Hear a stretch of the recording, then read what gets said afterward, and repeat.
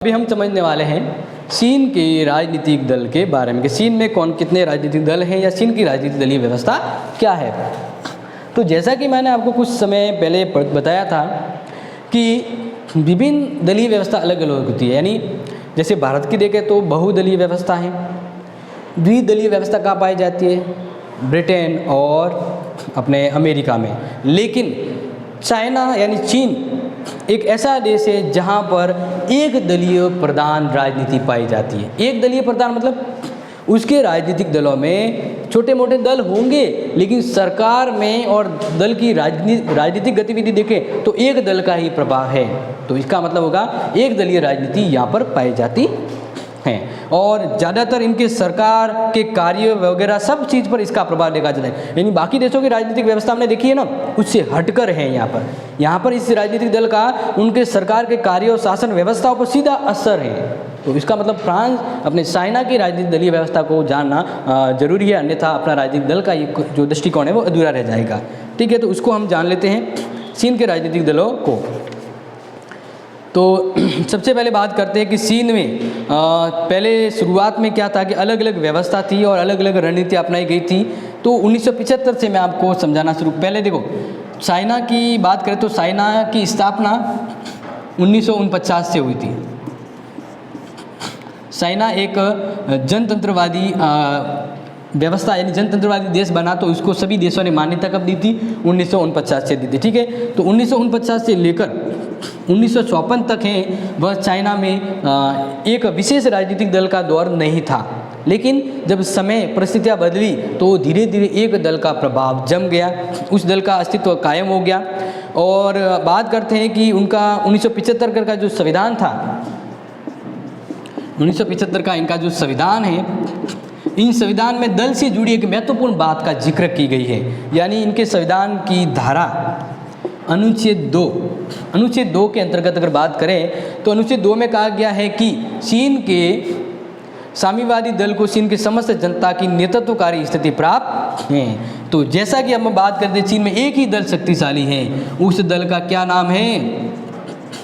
साम्यवादी दल। क्या नाम है? साम्यवादी दल। और उनके खुद के संविधान में इस दल के बारे में जिक्र किया गया है कि ये साम्यवादी दल है, उनको उनके चीन की जनता का पूर्णतः समर्थन प्राप्त दल है ये। तो इस तरह से साम्यवादी दल इम्पोर्टेंट है और इसी दल के बारे में हम पढ़ने वाले हैं, क्योंकि चीन एक दलीय राजनीति, एक दलीय प्रधान राजनीति पाई जाती है। तो बात करते हैं कुछ चीज़ों को। तो जैसे कि मैंने बताया कि ये जो दल है वह सर्वाधिकारवादी दल है।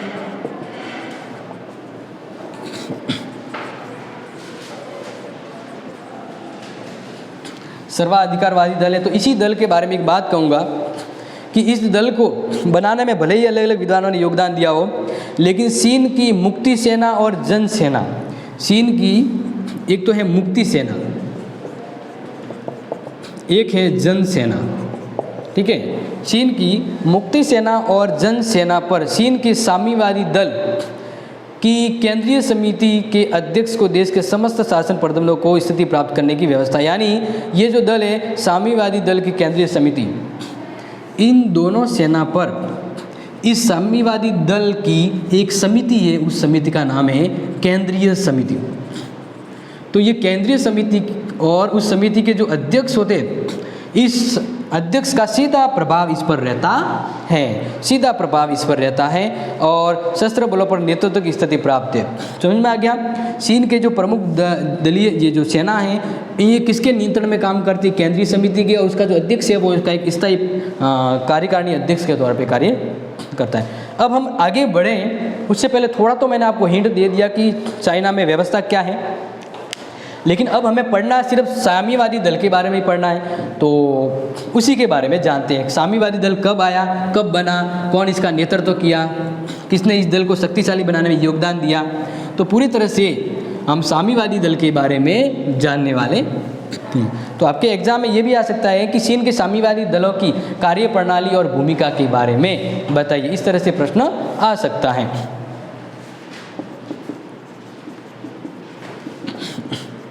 साम्यवादी दल, ठीक है, फटाफट से इसको नोट करिएगा, इंपॉर्टेंट बातें हैं।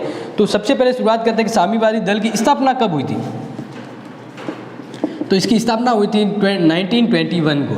इसकी स्थापना हुई थी 1921 को, क्योंकि उस समय लगभग 13 लोग जो अलग अलग विचारधाराओं के थे, 13 लोग थे जो हम अराजकतावादी या उग्रपंथी या कट्टर मार्क्सवादी कह सकते हैं। ये जो 13 हम कहें कि 13 उग्रवादी थे, उग्रवादी, कठोर मार्क्सवादी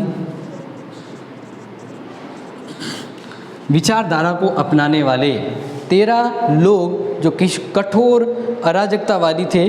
क्या थे? अराजकतावादी। अराजकतावादी जो राज्य से ज़्यादा व्यक्तियों को महत्व देते हैं, और कठोर उग्रवादी यानी पूरी तरह से तड़के भड़के के भाई किसी व्यवस्था को बदलना है तो ये काम करते हैं। और एक विचारधारा होती है मार्क्सवादी। तो इन्हीं विचारधारा को मानने वाले 13 लोगों ने मिलकर किसकी स्थापना की? साम्यवादी दल की स्थापना की थी। लेकिन फिर ये दल जब पॉपुलर हुआ, यानी 1925 की बात करें तो इस दल की संख्या में वृद्धि हुई, यानी पॉपुलर हुआ, सदस्य संख्या में क्या हुई? वृद्धि हुई, और ये दल धीरे धीरे पहचान में आने लग गया। क्या हो गया? पहचान में आने लग गया। और अगर ये पूछा जाए कि जब इस दल की स्थापना हुई तो इसके प्रारंभिक नेता कौन थे? प्रारंभिक नेता जिन्होंने इस पार्टी को अपना नेतृत्व प्रदान किया, तो एक है सेन नू से। ये तो आपको पता है ना, चाइना में लैंग्वेज क्या 4 चीज़ों करके आती है लैंग्वेज, तो बस वही लैंग्वेज के नाम भी है यहाँ पे। एक तो है चैन चू छे, दूसरा है ली सा यानी ले सा। समझ में आ गया? ये दो व्यक्ति हैं जिन्होंने प्रारंभिक दौर में साम्यवादी दल का नेतृत्व किया। अब आगे हम बढ़ें तो बात करते हैं कि 1933 में इनका नेतृत्व बदल गया। हो सकता है कि ये पार्टी में थोड़ा बदलाव हुआ, क्योंकि समय बदलता है तो काफ़ी चीज़ें बदल जाती हैं। तो 1933 में इस पार्टी का नेतृत्व बदला, यानी जो नेता पहले इस पार्टी से जुड़े हुए थे वो इस दल से हट गए या किसी कारण से इस दल से अलग हो गए। तो फिर 1933 में इस पार्टी का नेतृत्व किया माओ तुंग ने। ये बहुत इंपॉर्टेंट है, ध्यान रखिएगा, माओ तुंग। इसका नाम यहाँ पे थोड़ा सा दिया है, माओ से तुंग दिया हुआ है, तो थोड़ा सा चेंज करते हैं इसको, माओ से तुंग। ठीक है, तो ये नाम है इसका। तो जब ये इस पार्टी से जुड़े तो इस पार्टी को 8 सांध लगा दिए, यानी इस पार्टी को अपने हद से भी ज़्यादा महत्वपूर्ण बनाने में माओ तुंग ने योगदान दिया। पार्टी मतलब पॉपुलर होने लग गई थी जब इस पार्टी को किसकी शक्ति प्राप्त हुई? माओ तुंग की प्राप्त हुई। और बात करें कि 1945-49 के मध्य या 1949 में जब चीन की वास्तविक सत्ता स्थापित हुई थी, तब यानी जब चीन 1949 में जब चीन वास्तविक रूप में चीन की साम्यवादी व्यवस्था स्थापित हुई, तो इस समय ये जो दल था वह काफ़ी पॉपुलर हो गया था, और इस दल से उस समय लगभग 45 लाख लोग जुड़ गए थे। कितने लोग जुड़ गए? 45 लाख इसके सदस्य हो गए। तो इसका मतलब पार्टी धीरे धीरे पॉपुलर हो रही थी, और इस पार्टी को 1949 जब चीन को एक साम्यवादी देश की मान्यता मिली, उस समय इस पार्टी के लगभग 45 लाख लोग हैं वह जुड़ गए थे, और पार्टी धीरे धीरे अपनी शक्ति और अपने प्रभाव में को बढ़ाती गई, और इस पार्टी को विश्व का सबसे शक्तिशाली राजनीतिक दल भी कहा जाता है। यानी ये विश्व के सबसे शक्तिशाली राजनीतिक दलों में शुमार पार्टी है। अब बात करते हैं कि इस दल के बारे में, इसकी मेंबरशिप, इसकी कार्यप्रणाली को थोड़ा सा देख लेते हैं। तो सदस्यता तो मैं नीचे ही बता देता हूँ।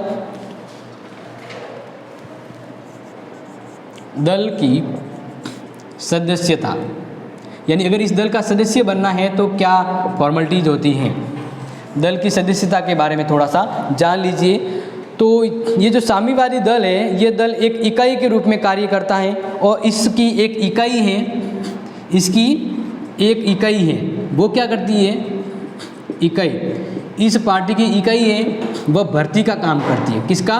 भर्ती, यानी नए मेंबर जो जुड़ते हैं उसके बारे में काम करती है, यानी एक विभाग। मान लीजिए ये एक संस्था है तो उसका एक विभाग जो है वह नए सदस्यों के आने और जाने और उसके बारे में नियम कायदों के बारे में लेकर एक महत्वपूर्ण काम करती है। तो इस साम्यवादी दल का एक संविधान बना हुआ है और संविधान की धारा फर्स्ट, इसकी धारा फर्स्ट के अंदर एक बात कही गई है कि इस पार्टी का मेंबर बनने के लिए 4 शर्तें हैं। इन 4 शर्तों का अगर कोई व्यक्ति पालन करता है तो वह साम्यवादी दल का सदस्य बन जाएगा। तो ये 4 शर्तों को मैं यहाँ पर ये मिटा के बता रहा हूँ, तो अगर आपने नोट कर लिया है तो मैं इन 4 शर्तों के बारे में यहाँ पे बता रहा हूँ। ठीक है, 4 शर्तें जान लीजिए कि इस पार्टी का मेंबर बनने के लिए कौन कौन सी 4 शर्तें हैं जिसको फॉलो, यानी जो उसी आधार पर सदस्यों की भर्ती होती है। तो पहला है दल के कार्य और संविधान को स्वीकार करना। इन दल के कार्यों एवं संविधान को स्वीकार करना। पहली बात, वो मेंबर बनेगा जो इस दल के जो रणनीति या दल जैसे काम करता है और इस दल का जो संविधान है उसको मानता है। यानी मुझे इस दल से जुड़ना है तो इस दल के कायदे कानूनों को मानना होगा, पहली कंडीशन यानी पहली शर्त। तो ये शर्त जो मानेगा वो मेंबर बन जाएगा। दूसरी है दल के किसी संगठन से संबंध होना। दल के किसी संगठन से संबंध होना एवं कार्यों की स्वीकृति। कहने का मतलब है कि ये जो पूरा साम्यवादी जो दल है वह अलग अलग तरह से एक संगठन में बना हुआ है। जैसे मान लीजिए अब अपने देश की बात करते हैं ना, तो जैसे पंचायत होती है, पंचायत के ऊपर ब्लॉक होता है, जिला होता है, राज्य होता है, फिर एक राष्ट्र बनता है। वैसे ये समिति छोटे छोटे टुकड़ों में अलग अलग समितियों में मिलकर बनी होती है। तो यहाँ पर ये कहेंगे कि ये जो दल है, दल के किसी संगठन यानी दल का कोई एक संगठन है, उस संगठन से वो व्यक्ति पहले से जुड़ा होना चाहिए या उसके पुरखों का कोई संबंध होना चाहिए या वह उस दलीय राजनीति से संबंध रखता हो, तब ये उसका मेंबर बन सकता है। तीसरी बात है दलों के निर्णयों का पालन करना।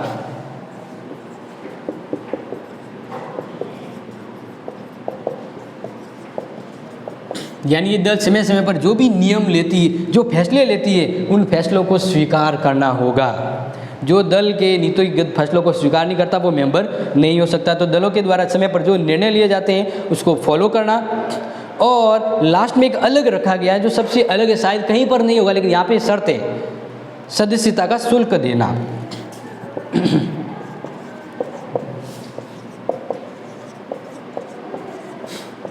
मतलब आप इस दल के जब मेंबर बनते हो तो आपको कुछ रजिस्ट्रेशन फीस देनी होगी, मेंबरशिप शुल्क देना होगा। तो शायद मैंने आज तक के राजनीतिक दलों में यही देखा है जहाँ पे शुल्क देकर मेंबर बनना पड़ता है।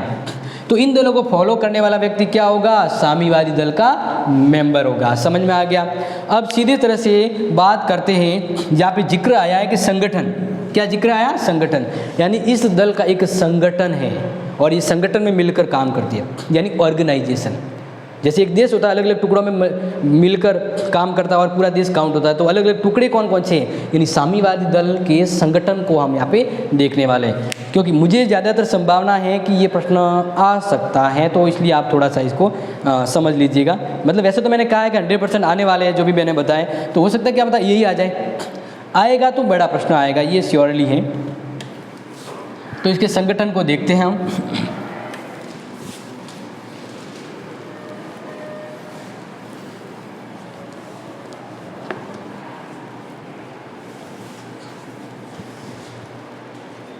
साम्यवादी दल का संगठन।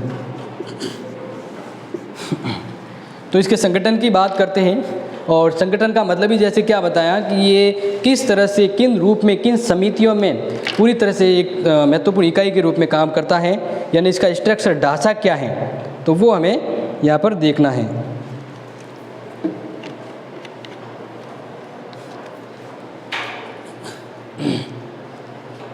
तो सबसे पहले तो बात करते हैं लोकतंत्रीय केंद्रीकरण।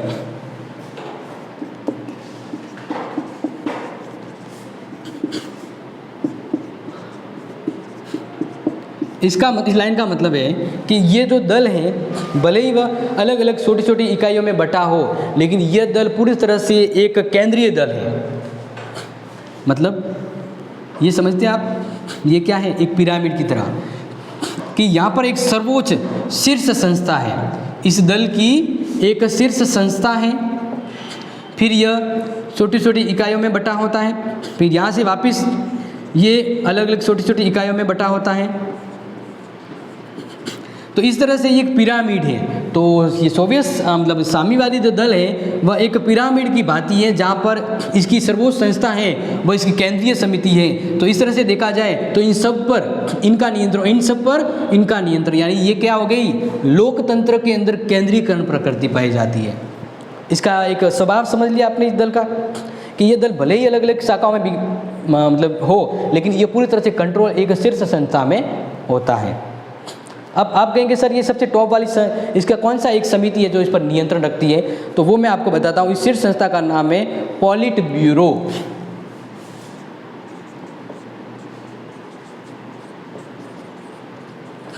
क्या नाम है, पॉलिट ब्यूरो। और सबसे नीचे वाली ये जो संस्था है ये कहलाती है सेल। क्या कहलाती है, सेल कहलाती है। ठीक है, तो ये बिल्कुल पिरामिड की तरह ही आपको अभी मैं नोट करना था कि कॉपी खोलते ही समझ में आ जाए, नहीं तो फिर थोड़ा कंफ्यूज होता है, क्योंकि चित्र होता है तो चित्र से शायद समझ में भी फटाफट आ जाता है। ये एक बेसिक लॉजिक है। अब तो हम सिस्टम से बात करते हैं कि थोड़ा सा मैंने इसको समझा, जब इसका स्ट्रक्चर पूरा देखते हैं कि कैसे ये संगठन काम करता है। तो सबसे पहला पॉइंट, यानी सबसे पहले इस संगठन की समिति को देखते हैं। तो प्रारंभिक, यानी हम यहाँ से शुरू कर रहे हैं, एक एक के बारे में थोड़ा जानेंगे कि ये क्या क्या काम कैसे करता है। तो सबसे पहले प्रारंभिक संगठन।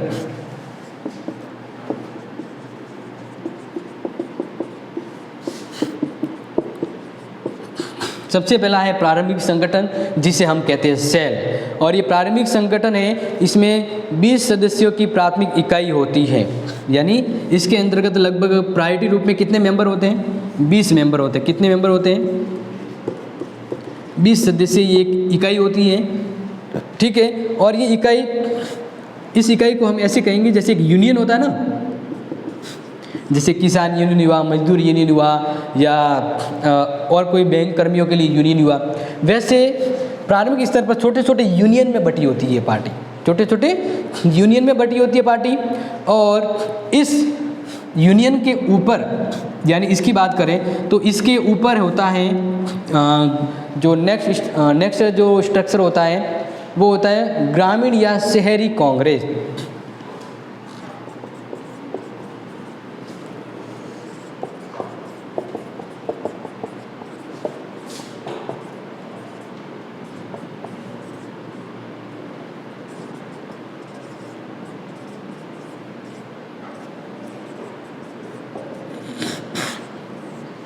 ये ध्यान रखिए, इसके ऊपरी संगठन, यानी इसके जस्ट ऊपर वाला जो संगठन होता है वो क्या है, ग्रामीण या शहरी कांग्रेस कहलाता है। क्या कहलाता है, ग्रामीण या शहरी कांग्रेस कहलाता है। ये थोड़ा सा ध्यान रखिएगा।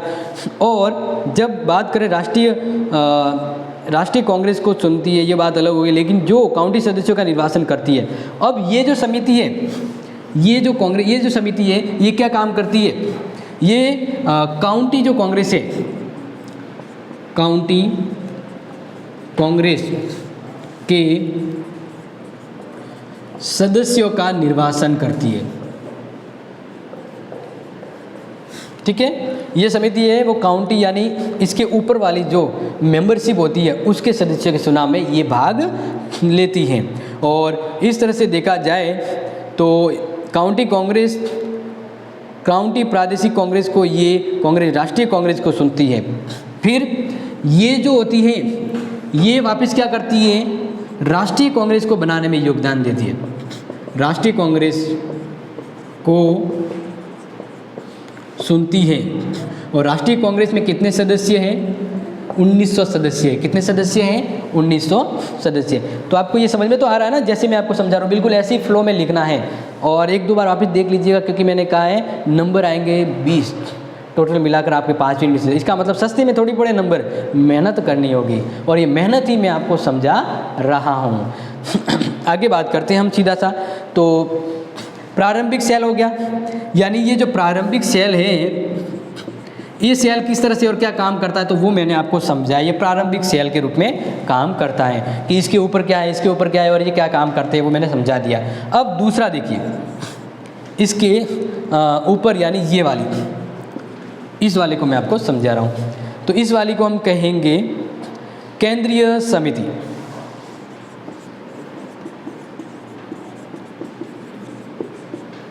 क्या कहेंगे?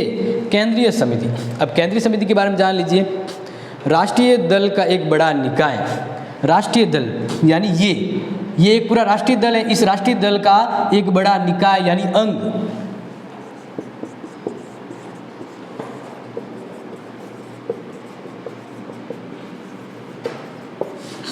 समझ में आ गया? ये केंद्रीय समिति क्या है? राष्ट्रीय जो दल है उसकी एक निकाय है, एक एजेंसी के रूप में ये काम करती है। समझ में आ रहा है कि नहीं आ रहा है? राष्ट्रीय एजेंसी के रूप में काम करती है। अब इसके बारे में थोड़ा सा आपको बताऊं तो आवश्यकता जब पड़ती है तो आवश्यकता होने पर शीघ्रता के साथ इसकी बैठक आमंत्रित नहीं की जा सकती। यानी ये जो केंद्रीय समिति है ये बड़े लेवल की समिति के रूप में भी काम करती है। तो यहाँ पर कहा गया है कि राष्ट्रीय कांग्रेस का एक बड़ा निकाय है और आवश्यकता पड़ने पर इसके साथ बैठक आमंत्रित नहीं की जा सकती। राष्ट्रीय कांग्रेस की ये केंद्रीय समिति होती है। देखिए जैसे हम क्या कहते हैं, हमारे यहाँ पे संसद कहते हैं, तो इसी तरह चाइना में क्या कहते हैं? कांग्रेस कहते हैं। क्या कहते हैं? कांग्रेस कहते हैं। समझ में आ गया ना? यहाँ पर जिस प्रकार हमारे यहाँ संसद है वैसे ही वहाँ पर क्या होती है? कांग्रेस होती है। यानी उसका एक नाम है कांग्रेस, दल कांग्रेस नहीं है, नाम है कांग्रेस। जैसे अमेरिका में बात करें तो अमेरिका में भी कांग्रेस होती है जो 2 सदन से मिलकर बनती है। तो इसी तरह मैं यहाँ बता रहा हूँ कि ये जो कांग्रेस है, ये राष्ट्रीय कांग्रेस है, इसके पास ज़्यादा काम होता है तो ये एक साथ बैठक वगैरह नहीं कर पाती। तो इसी कांग्रेस का ये टुकड़ा कहलाती है राष्ट्रीय दल। अब राष्ट्रीय दल ही, ये जो एक साम्यवादी दल है, यही एक राष्ट्रीय दल है और यही एक कांग्रेस भी होती है। यही क्या होती है? एक कांग्रेस होती है। आप कहेंगे सर दल अलग होता है और कार्यपालिका अलग होती है, यहाँ पर तो वही है। अभी क्या समझाया? अभी ये समझाया कि केंद्रीय समिति है वह राष्ट्रीय दल का निकाय है। तो राष्ट्रीय दल का निकाय है जो कांग्रेस के कार्यों में सहयोग करती है। तो राष्ट्रीय दल इसी के अंदर काम करता है और ये राष्ट्रीय दल से ही ये बनता है। तो इस कांग्रेस की समय समय पर बैठक सुनिश्चित नहीं हो पाती है, तो इसके कार्य को हल्का करने के लिए केंद्रीय समिति होती है। क्या होती है? केंद्रीय समिति। अब बात गले पड़ी, केंद्रीय समिति इसका एक पार्ट है। क्या है? एक पार्ट है जो एक संख्या में लेवल में कम होता है, तो समय समय पर कार्य, फैसले, नीतियाँ और मीटिंग वगैरह करने में ये सक्षम होता है। बड़े का छोटा रूप, ठीक है। और अगर पूछा जाए कि सर कहेंगे इसमें मेंबर कितने होते हैं, तो इसमें इसके जो सदस्य होते हैं वो होते हैं 158। इसके सदस्य कितने? 158। ये 158 तो हैं, चलो एक बार लिख दीजिए, 198 तो हैं इसके परमानेंट मेंबर और 158 जो मेंबर हैं वह इसके वैकल्पिक मेंबर हैं, वैकल्पिक सदस्य। सर कहेंगे वैकल्पिक सदस्य का मतलब क्या? ऑप्शनल वाले, जब जरूरत पड़ती है तो वे 158 सदस्य पहले से लिस्टेड होते तो उनको वहाँ पे इनवाइट किया जाता है। अदरवाइज 158 सदस्य इस केंद्रीय समिति के होते हैं। समझ में आ गया? तो अब यहाँ पर जैसा कि मैंने आपको बताया है कि इस दल के संविधान का जो आर्टिकल 1 है उसमें राष्ट्रीय कांग्रेस का अधिवेशन न हो रहा हो तो ये दल है वो संचालन करेगा। केंद्रीय समिति राजनीतिक ब्यूरो सचिवालय और दल पर नियंत्रण का निर्वाचन करती है। यानी ये क्या करती है? राजनीतिक ब्यूरो, राजनीतिक ब्यूरो नोट कर लीजिएगा, राजनीतिक ब्यूरो। और दूसरा यहाँ पे मैंने बताया सचिवालय, राजनीतिक ब्यूरो, सचिवालय, और एक है नेक्स्ट नियंत्रण आयोग। इनके चुनाव का कार्य करती है। और मान लीजिए कभी कभार कि ये जो दल है, दलीय संगठन, इस दल का जो एक अध्यक्ष होता है उसका इलेक्शन होता है। अब कभी उसका इलेक्शन नहीं हुआ हो या इलेक्शन होना बाकी हो तो किसी दल को और कांग्रेस को कौन चलाएगा? तो वह इसके हाथों में होता है और इलेक्शन में यही ज़्यादा रूप में काम करता है। ये समिति बहुत इंपॉर्टेंट है, इसलिए केंद्रीय समिति नाम दिया। तो ये समझ में आ गई। अब बात करते हैं तीसरा इसके संगठन का रूप, जिसको मैं यहाँ पे ऊपर लिखने वाला हूँ, यानी ये मिटाने वाला हूँ। अगर आपने नोट कर लिया है तो आगे समझते हैं।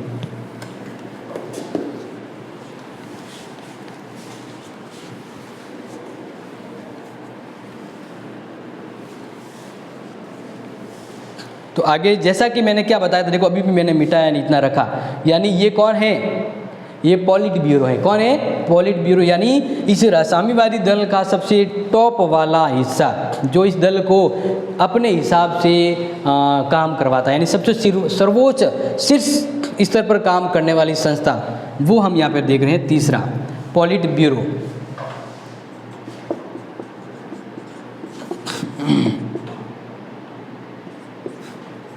पॉलिट ब्यूरो, इसको थोड़ा समझ लीजिएगा।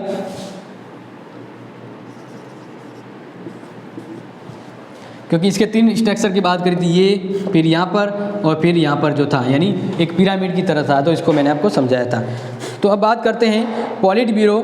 यह अगर देखा जाए तो केंद्रीय समिति से छोटा होता है, केंद्रीय समिति से छोटा होता है, यानी अपेक्षाकृत छोटा निकाय है, क्योंकि देश को चलाने के लिए संसद होती है।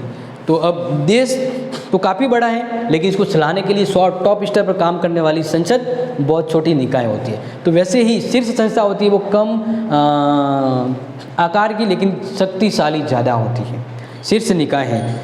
तो इसके अगर मैं बात करूं तो वर्तमान में इसके 24 मेंबर हैं। कितने सदस्य हैं इसके, 24 सदस्य हैं, और यह अत्यंत प्रभावकारी और महत्वपूर्ण है।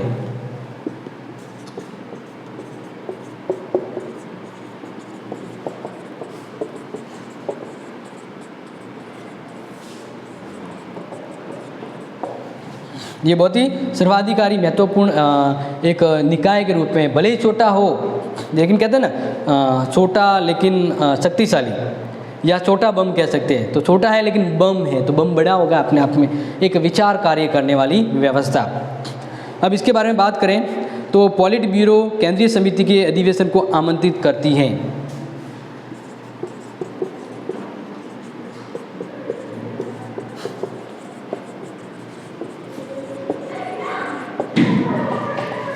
अधिवेशन को आमंत्रित करती है। यानी जस्ट इससे पहले आपको मैंने क्या समझाया था, केंद्रीय समिति।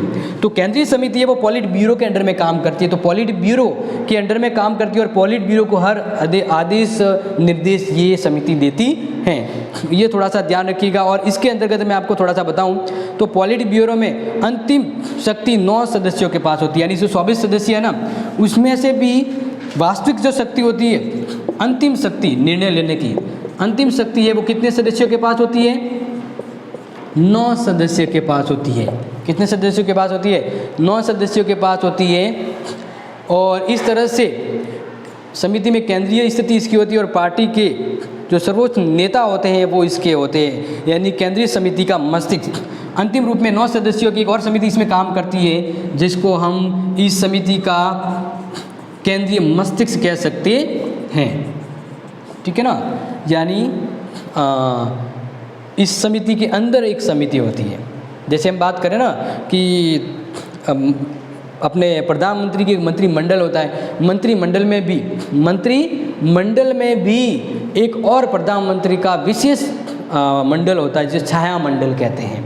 तो इसी तरह यहाँ पर 9 सदस्य होती है। और इसी समिति के काफ़ी महत्वपूर्ण नेता हुए हैं अतीत में, जैसे माओ तुंग मैंने आपको बताया था। इसके अलावा चाउ एन लाई, लिन पियाओ, चू तेह जैसे नेता इसके मेंबर रह चुके हैं।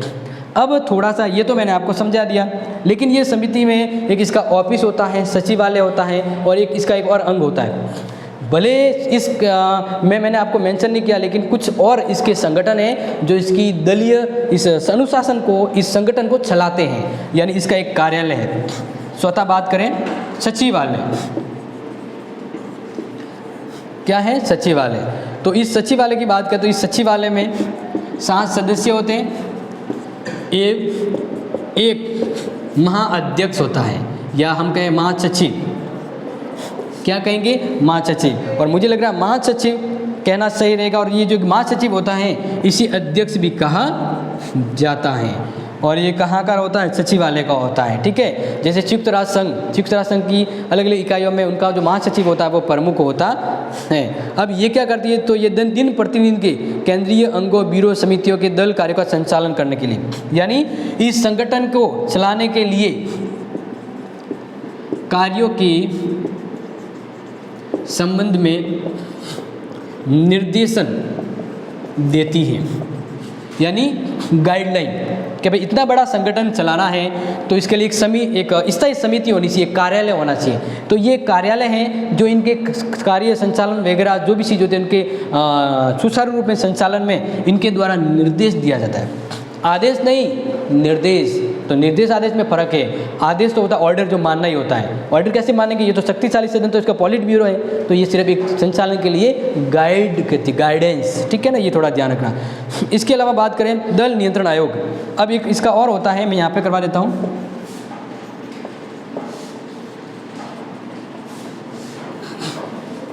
दल नियंत्रण आयोग, ये आयोग क्या करता है, ये आयोग इनके दल को नियंत्रित रखने का काम करता है। ये देखता है कि कौन इसके जो अलग अलग समितियां हैं वो काम कर रही है या नहीं कर रही है। तो इस तरह से यह इनके पूरे दल संगठन को नियंत्रण करने वाला एक आयोग होता है।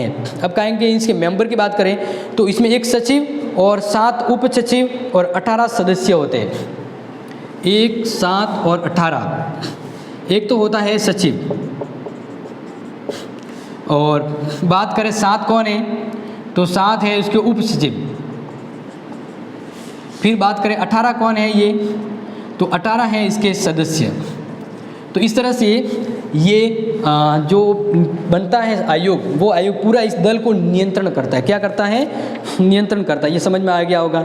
तो फाइनली मैंने आपको आज के महत्वपूर्ण चीज़ों के बारे में बता दिया है और लास्ट में बता दिया कि साम्यवादी दल क्या, कैसा और कैसे काम करता है, ठीक है ना। तो अगर कोई डाउट है तो बिल्कुल कमेंट कीजिएगा, अदरवाइज आपसे मिलेंगे आपकी महत्वपूर्ण क्लास में दोबारा। तब तक के लिए take care and loving this video. Thank you.